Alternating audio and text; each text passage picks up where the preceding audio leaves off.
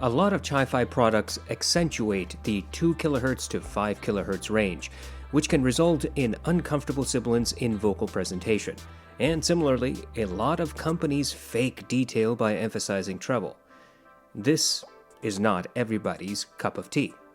It can be pretty tough to find a reasonably priced headphone that provides, well, a smooth sound. The Astro A38 happens to be one of those rare headphones. It is practically ancient by audiophile standards, has little by way of features, and was made by a gamer-centric company. But it's about $25 brand new, and I think it's got a worthwhile sound. There's really no point getting into Astro's hopes and dreams, their marketing about this headphone. It is discontinued, and Astro clearly does not support it. But I will emphasize that this is a really weird headphone. If you research this headphone's release, you will run into some pretty odd ideas from Astro's headquarters. For example, one of the key features of the A38 is its ability to swap faceplates. One of the marketing videos shows several millennials skateboarding, only to meet up to exchange faceplates at the end, which is a very unique impression of what teenagers do during their free time. If you want to chuckle, take a look at the handful of articles and videos associated with this headphone. The A38 is nearly all plastic. If there's any metal in the substructure, Astro is hiding it very effectively. These are not made for large heads. In fact, an average person might be required to extend the headband to the max.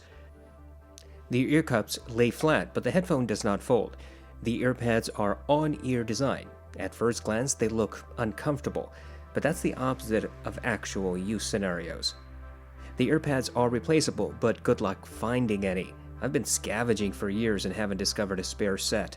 Also, taking the earpads off is simple, but putting that back on can be very aggravating. Under the earpads are protrusions, which I think are the noise cancellation speakers. This is a pretty odd design, as I've never seen it implemented like this. You'd think they dig into your ears, but funny enough, if you wear the headphones correctly, they really don't. The noise cancellation is always on. There is no ability to turn it off, and frankly, you may not even notice the difference. The headband has padding where it is needed. It's pretty thick, better than a lot of audiophile headphones. Audeze, anybody? The A38 is wireless only. There is no audio jack for a wired connection. It charges with micro USB and has several buttons to control music, volume, and phone functions.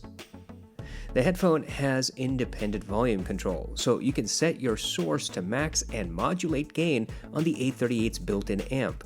This opens the door to more subtle volume changes if that's something you're interested in. And this is a feature that is not available in modern Bluetooth headphones, irrespective of the price tag. Let's talk comfort. On-ear headphones can be pretty uncomfortable. Their clamping force, ear pads, and headband padding all contribute to how long you can wear them.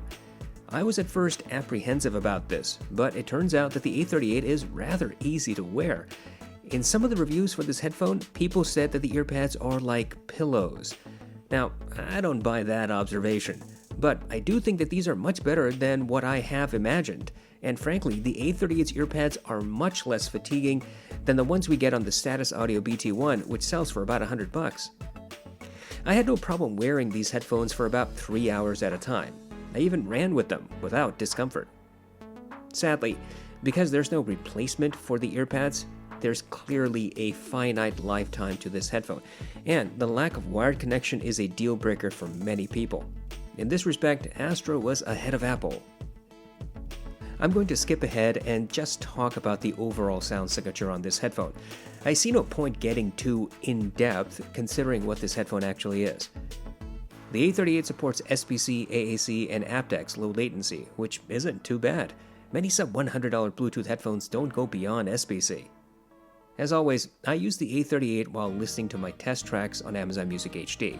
I use my iPhone, my Mac, PC, and Android devices so I could experience the full breadth of this headphone's connectivity. The A38's bass is surprisingly not boomy. Sub bass is close to neutral, Mid-bass has greater emphasis, but not anything like what you'd hear on Beats or Bose headphones. In fact, is much more controlled on the A38. Separation of sub-bass from mid-bass is, at best, average, and frankly, there is noticeable melding in this range. There is some bass bleed into the mids. The mids are neutral or very close to it. The A38 does not emphasize vocal sibilance or grain. My go-to track for testing this is Orla Gartland's Why Am I Like This? The A38 never made her voice sound piercing or harsh, and I did not hear those pesky 2 to 5 kHz peaks I lament about with many other headphones. Mid-centric clarity is about average. Vocals usually stand one step ahead of instruments. When drums are in the mix, they tend to vie for attention with the vocals. The treble has a noticeable reduction, mostly obvious in the mid to upper treble. Compared to more neutral headphones like the Allo S5X, the A38's deviation is probably by 4 to 5 decibels downward. This renders treble instruments a bit muted, less piercing, and frankly, in some respects, smooth. The A38 has no better than average detail retrieval. In my new light test, it presented 5 to 6 footsteps, and really, for me, that means it is technically below average. The soundstage here is about average, similar to that of the HD6XX and LCD1, if maybe a little bit smaller. The overall sound signature is warm/neutral. It's got a slight bass emphasis, neutral mids, and a reduced treble. Maybe you could say this is a dark-sounding headphone. To me, it's just smooth. For about $25, the A38 is a surprisingly decent headphone. It doesn't have any frills. No mobile app. The battery is not replaceable. You can't charge and listen to this headphone at the same time. It doesn't have a headphone jack. Its noise cancellation is rudimentary at best. The build is perfectly acceptable, but the design might not please everyone. And of course, lots of people will be unhappy with the on-ear placement. But look, there aren't many options for those who hate sibilance. Hi-fi tuning favors high, mid, or low treble emphasis. A lot of companies push treble to fake the impression of detail or clarity. The best part of the A38 is that it's dirt cheap. Anybody can afford it. This headphone at release cost just over $300 when we take inflation into account.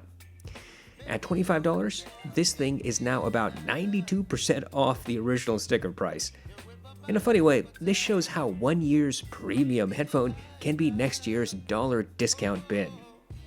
Anyway, I'm a big fan of the A38. I don't think I would have been remotely impressed at $300, but I think the current price is perfect.